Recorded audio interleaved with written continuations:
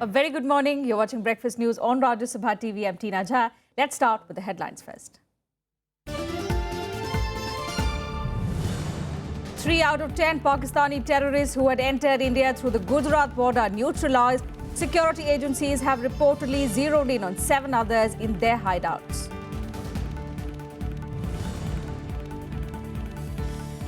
After the Rajya Sabha, Lok Sabha now passes the real estate bill to be sent for President's approval, after which it will become a law.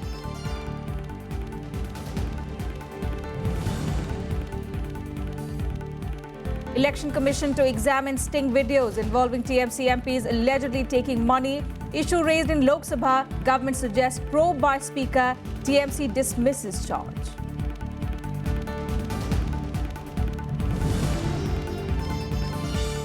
Three wins each for Trump and Clinton in the U.S. primaries. Both win Florida and Illinois. Clinton bags Ohio. Trump gets North Carolina.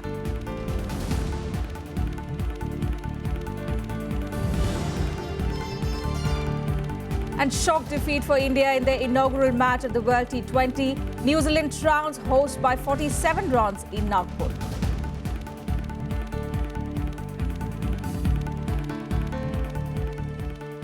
Well, the much-awaited real estate bill, which aims to protect the interest of buyers and bring more transparency to the sector, was passed by the Lok Sabha yesterday. The bill, which was passed by the Rajya Sabha, will now be sent for the President's approval, after which it will become a law. The Lok Sabha on Tuesday passed the real estate bill. The bill seeks to protect the interests of property buyers against unscrupulous promoters and set up a sectoral watchdog.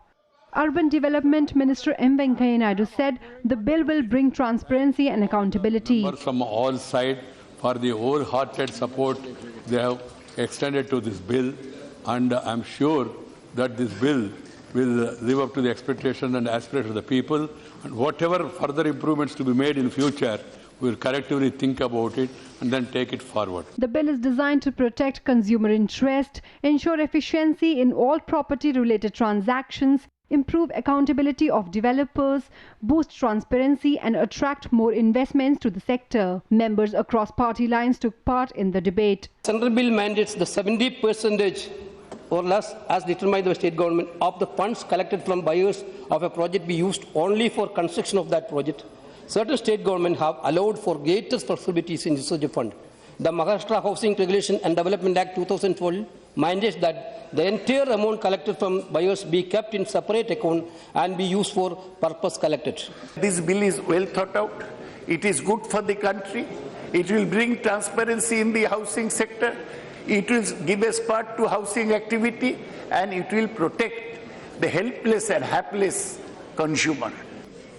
Allow the promoter to put a certain percentage for construction separately and a certain percentage for land separately, so that the buyer is aware and the authority is aware as to where how much money is going to go for what. And what we have to ensure, sir, as legislators, is to ensure that sufficient money is there for him to complete the project before he can start taking profits out. The bill aims to bring modern tenancy law to promote rental housing in urban areas. A real estate regulatory authorities will set up to ensure timely execution of projects. The minister also sought cooperation from states for faster clearances to projects to make the bill, which will override all state legislations, a success. The bill will now be sent for the President's approval. Bureau Report, Rajya Sabha TV. And political parties came together yesterday to bid farewell to 17 retiring Rajya Sabha members. They were first honoured in the House, where Chairman Mohammad Hamid Ansari appreciated their rich and significant contribution. He said their unique association will be cherished. Other members of the House also joined him in appreciating the contributions of retiring members. The members include Urban Development Minister M. Venkaiah Naidu of the BJP, nominated member Balchand Mungekar, Ashwini Kumar, MS Gill, Manishankar Iyer, all of the Congress, Avinash Rai Khanna of the BJP, nominated members Javed Akhtar, Jayashri nominated member Jayashri, and CPM members K. Balagopalan and T.N. Seema. Their membership is ending during the recess of budget session from the 17th March to the 25th of April. Later, a function to honour the retiring members was held at the Balyogi Auditorium in the Parliament Library building. It was attended by Vice President Mohammed Hamid Ansari and several MPs. Prime Minister Narendra Modi also attended the function. A rare bonhomie was witnessed at the event between the ruling BJP and the opposition MPs. Both the Vice President and the Prime Minister wished the retiring members the very best in life, noting that people with such experience and capabilities can never retire and should always continue to work in the field which interests them the most for the benefit of the nation. Retirement का मतलब जिंदगी से retirement नहीं है, वो तो एक शोल है, एक काम है जिसमें कुछ दिन गुजारा, एक सड़क थी जिसपे कुछ रास्ते चले, मगर दूसरी सड़कें हैं, दूसरे मौके हैं। तो मुझे ये पूरा यकीन है कि आज जो हमारे राज्यसभा के साथी अपनी टर्म खत्म करके जा रहे हैं, तो वो पब्लिक लाइफ में, पब्लिक की सेवा में बहुत एक्टिव रहेंगे। मैं नहीं मानता हूं कि सार्वजनिक जीवन में जिनको ऐसा अनुभव मिला हो, अवसर मिला हो, उनको रिटायर होना चाहिए। स्थान कोई भी हो, क्षेत्र कोई भी हो, लेकिन यहां जो कुछ भी पाया है उसे समाज में बांटने का अब अवसर शुरू होता है। And in some other news, the Election Commission will examine the sting videos coming out of West Bengal in which TMC MPs are purportedly shown accepting money to help a fictitious private firm. The BJP, the left and the Congress got together in the Lok Sabha yesterday, saying this is a matter of grave concern. The government now has suggested a probe by the Speaker or the government in the matter. The TMC, however, says the videos are doctored. The Central Election Commission has said it has received representations from political parties on the sting video purportedly showing TMC leaders accepting money to help a fictitious private firm, and that the matter will be examined. The Commission has said it cannot say anything as of now as they have not received anything, but said the representation will be passed on to appropriate authorities. Chief Election Commissioner Naseem Zaidi assured in Kolkata that the Commission is committing free and fair elections in West Bengal. The Commission is committed to conduct elections in free and fair manner and totally peaceful and participatory manner. We have then reviewed with our district officials and have given some strict directions. The Trinamool Congress has, however, denied the allegations, stating the videos are doctored. TMC chief Mamata Banerjee says she is not scared of conspiracies. जितना भी conspiracy करने दो, जितना भी black money में blackmailing करने दो, जितने भी विदेश से रुपया लेकर जो भी conspiracy करने दो, हम लोग डरते नहीं हैं, हम ईमानदारी से इज्जत से काम करते हैं और कोई पॉलिटिकल पार्टी हिंदुस्तान में नहीं है जो ईमान से काम करता है। Party take up the issue. It is a doctored video. It is a doctored video. We are going to file the legal action, legal steps against those people. Those people have published those videos. The left alleging that the BJP at the centre and the TMC have joined hands to defeat it in the state, and hence the centre is hesitating in taking action. If they claim that the tapes are doctored, then that investigation will prove whether they are doctored or not. So that investigation should be ordered. Naturally, the government was silent. And that silence is clear reconfirmation of the match fixing that is going on between the Trinamool Congress and the BJP. The Congress had demanded an impartial probe into the matter. The BJP has demanded an immediate dismissal of the Mamata government. Party leaders also met West Bengal Governor K.N. Tripathi over the matter. The matter also came up in Lok Sabha on Wednesday, with the government favouring a probe into the allegations. Bureau Report, Rajya Sabha TV. And the Congress party has released its first list of candidates for the Assam Assembly elections. The party released its first list of 65 candidates. Assam Chief Minister Tarun Gogoi and several of his cabinet colleagues and senior state leaders figure in the first list. Gogoi, who's at the helm of the state for 15 years, is contesting the post from Titabar in Jorhat district. Polling for the 126 assembly constituencies will be held in 2 phases on the 4th April and the 11th of April. Former Union Minister Pawan Ghatwar is the party nominee from Moran. Congress is going it alone in the assembly polls, with Gogoi projecting it as a fight between him and Prime Minister Narendra Modi. 15 साल के विश्वास ने असम में 15 साल का विकास लाया है। इसके विपरीत 2 साल के ही केंद्र सरकार के रूल में जो असम का जो समाज है उसको बहुत सी कठिनाइयों का महसूस करना पड़ा है। जो हमारे केंद्र सरकार की कुछ नीति हैं, special category, north east industrial policy, ये कुछ नीति जो विकास के लिए बहुत ही जरूरी थी, जो आज के वर्तमान केंद्र सरकार ने इसको काट दिया है। तो लोगों को पता चल रहा है कि अगर वो विश्वास करने वाले सरकार पे दोबारा विश्वास करे तो आने वाले दिनों में भी विकास होगा। And coming back to the national capital, the JNU probe committee, which recommended the rustication of 5 students, including Students' Union President Kanhaiya Kumar, has noted that provocative slogans at the 9th February incident were shouted by outsiders. Now, the observation was made based on eyewitness accounts.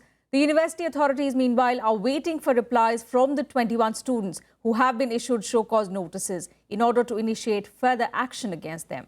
The 2 students in custody, Anirban Bhattacharya and Umar Khalid, have moved a bail plea after their custody was extended by 14 more days.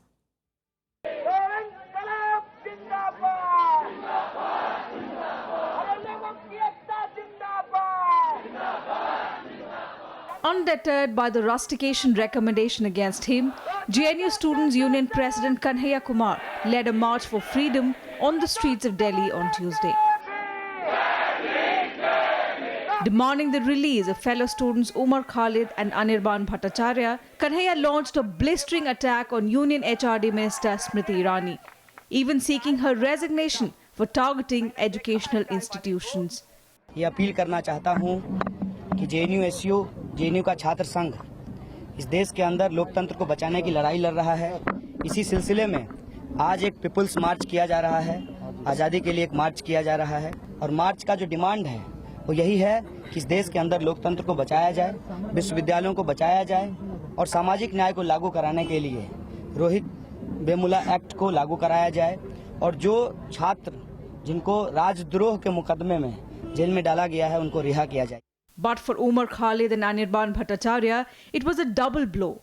While their custody was extended by another 14 days, the JNU probe panel also found them guilty of creating disharmony inside the campus.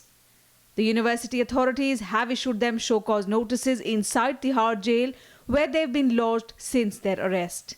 The varsity is now waiting for replies from the 21 students who have been served show-cause notices. Further action against these students, including Students' Union leader Kanhaiya Kumar, will be taken only after their replies. Meanwhile, a section of JNU Teachers Association has asked the varsity administration to make the report of the probe committee public.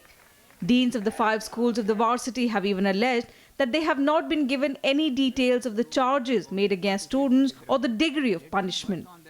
A high-level probe committee set up by the university to probe the 9th February incident inside the campus has recommended rustication of 5 students for violating disciplinary norms and allowing an event to take place where anti-national slogans were shouted. The panel, though, noted that provocative slogans were shouted by outsiders. Bureau Report, Rajya Sabha TV. And in the other headline story of the day, 3 of the 10 suspected Pakistani terrorists who allegedly entered Gujarat recently have been neutralized. The security agency officials said the terrorists were neutralized in a western state last Friday before they could carry out any attack in the country. PTI is also quoting sources saying that the remaining 7 terrorists have also been zeroed in their hideouts and operation is on to neutralize them as well. Further information is not being divulged as the operation is still going on. The group, all suspected to be Pakistani terrorists belonging to the Lashkar-e-Taiba and the Jaish-e-Mohammed, had planned to attack the Somnath temple in Gujarat during Shivratri on the 7th of March, besides several other targets.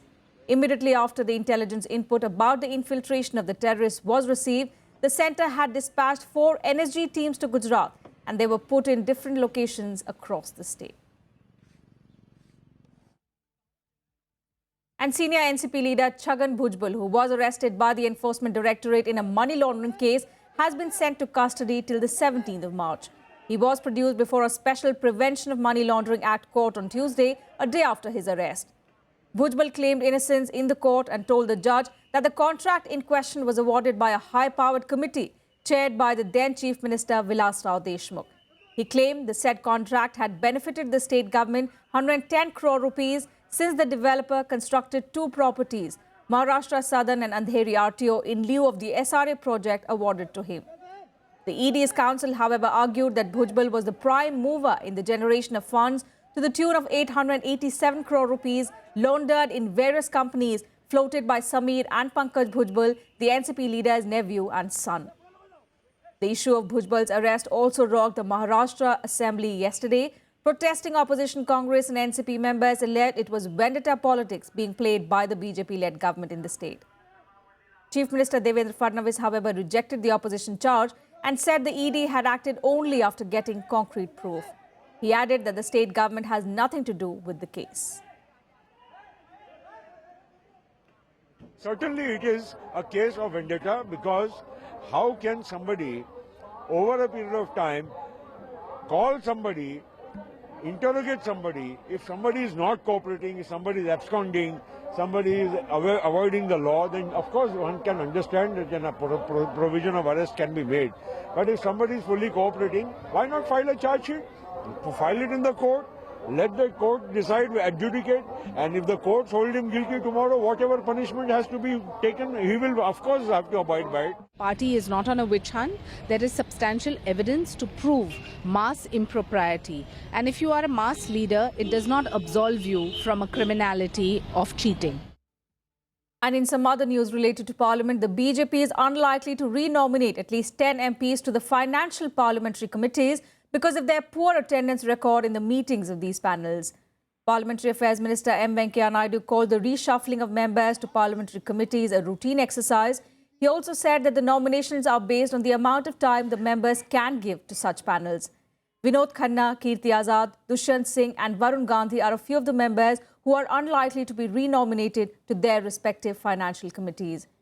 New members will either be nominated or elected before the one-year term of all three financial committees comes to an end on the 30th of April.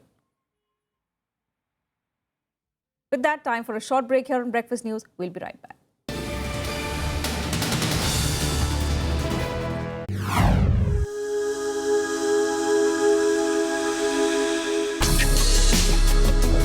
Tales that inspire. Stories of social change. A salute to diversity. Promoting public discourse. Events that motivate. Inspiring the innovative spirit. Watch Rajya Sabha television documentaries. Mondays, Tuesdays and Wednesdays at 10:30 p.m.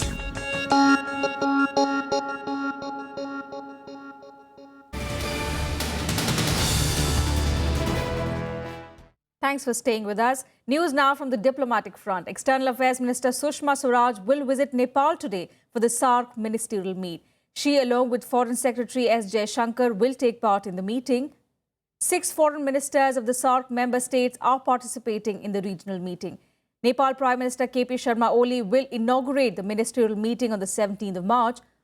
What is of significance also is that Sushma Swaraj will be meeting her Pakistani counterpart Sartaj Aziz on the sidelines of the meeting.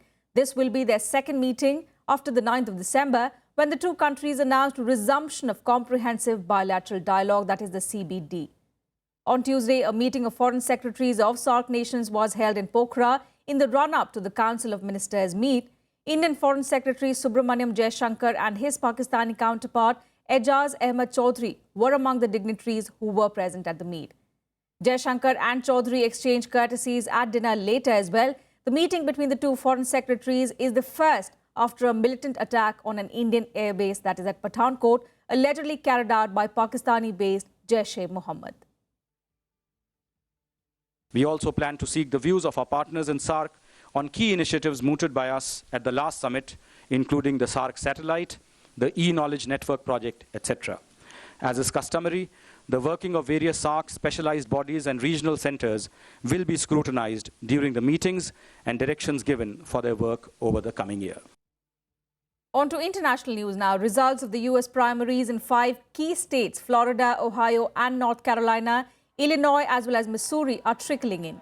The race for the White House has reached a crucial stage after Republican frontrunner Donald Trump won a decisive victory in Florida, Illinois and North Carolina, but lost to Governor John Kasich in Ohio. Now, Ohio is a key state which could seal Trump's fate in the presidential race. Meanwhile, Democratic frontrunner Hillary Clinton also sealed a lead with 3 wins in Florida, Ohio and North Carolina. After losing in his home turf, Florida Republican Marco Rubio dropped out of the race. Now, for the Republicans, Florida and Ohio are important in the race as the winning candidate gets all of the delegates on offer, 99 in Florida and 66 in Ohio. Those delegates go to the National Convention in July, where the presidential nominee will be chosen. 9 delegates this morning. I heard very early in the morning, 9 delegates, that's a lot. And I just wanted to thank the governor, Ralph Torres, great guy, Chairman Ada, who is a fantastic man, and that was a very nice start to the day, that I can tell you. Well, I'll tell you, this is another Super Tuesday for our campaign. Thank you, Florida. Thank you, North Carolina. Thank you, Ohio. Our campaign has earned more votes than any other candidate, Democrat or Republican. We've got one more trip around Ohio this coming fall where we will beat Hillary Clinton and I will become the President of the United States. Thank you all very much and God bless you. In some tragic news, a military plane with 22 people on board crashed in Ecuador's jungle yesterday.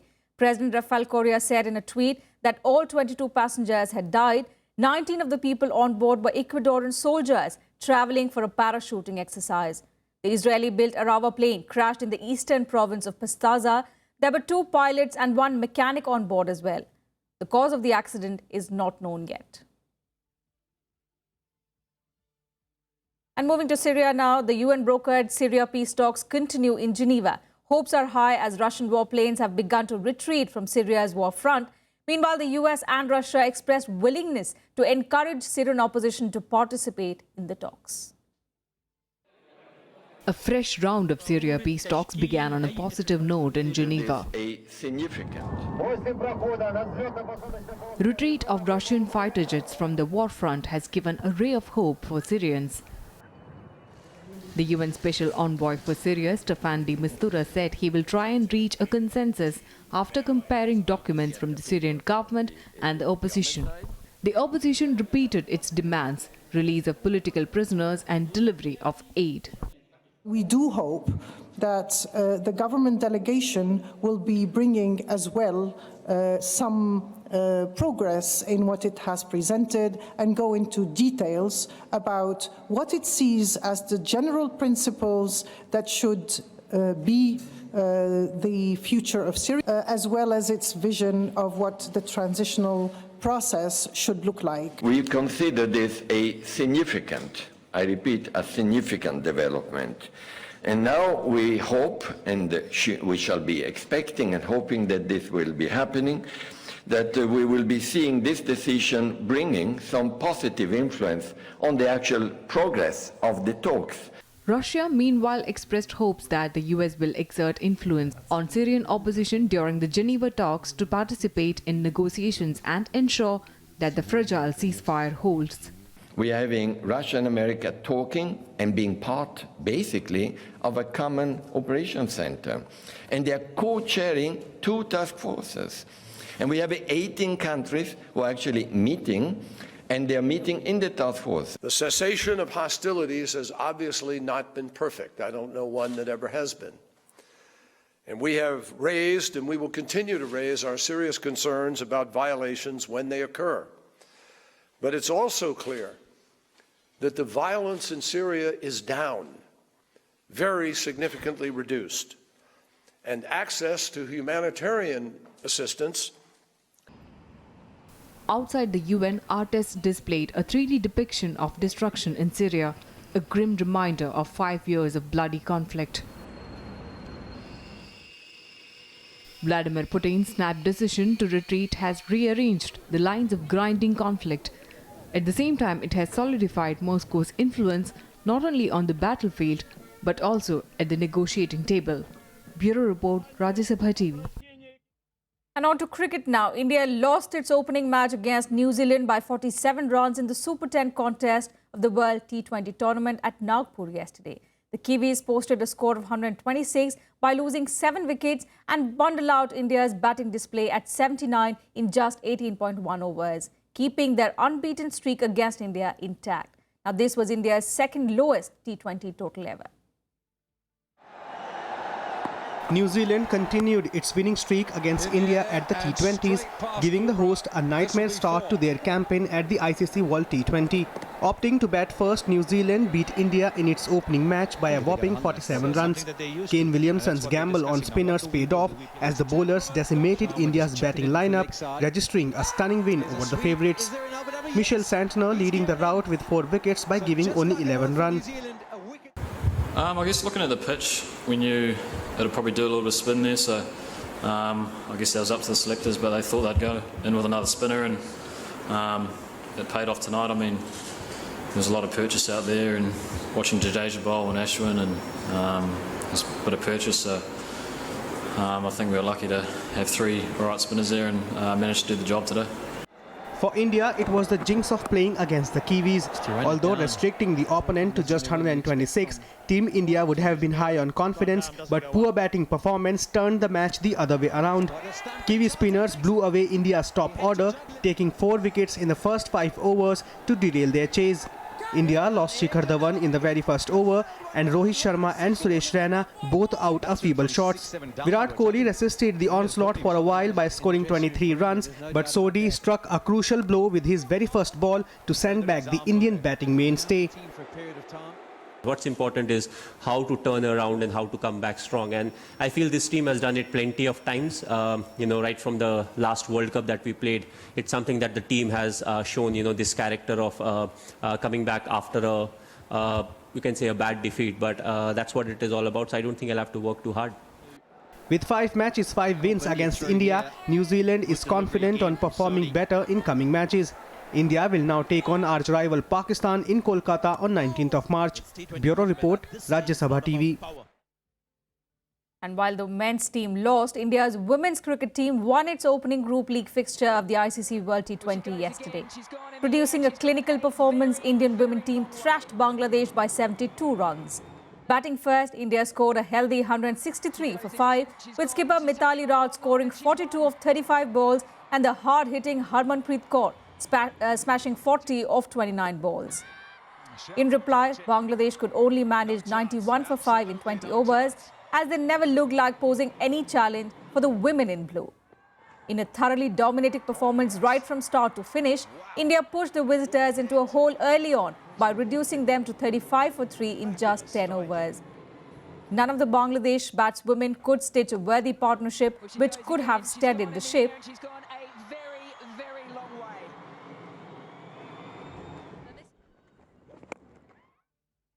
That's it from us in this bulletin. Thanks for your time.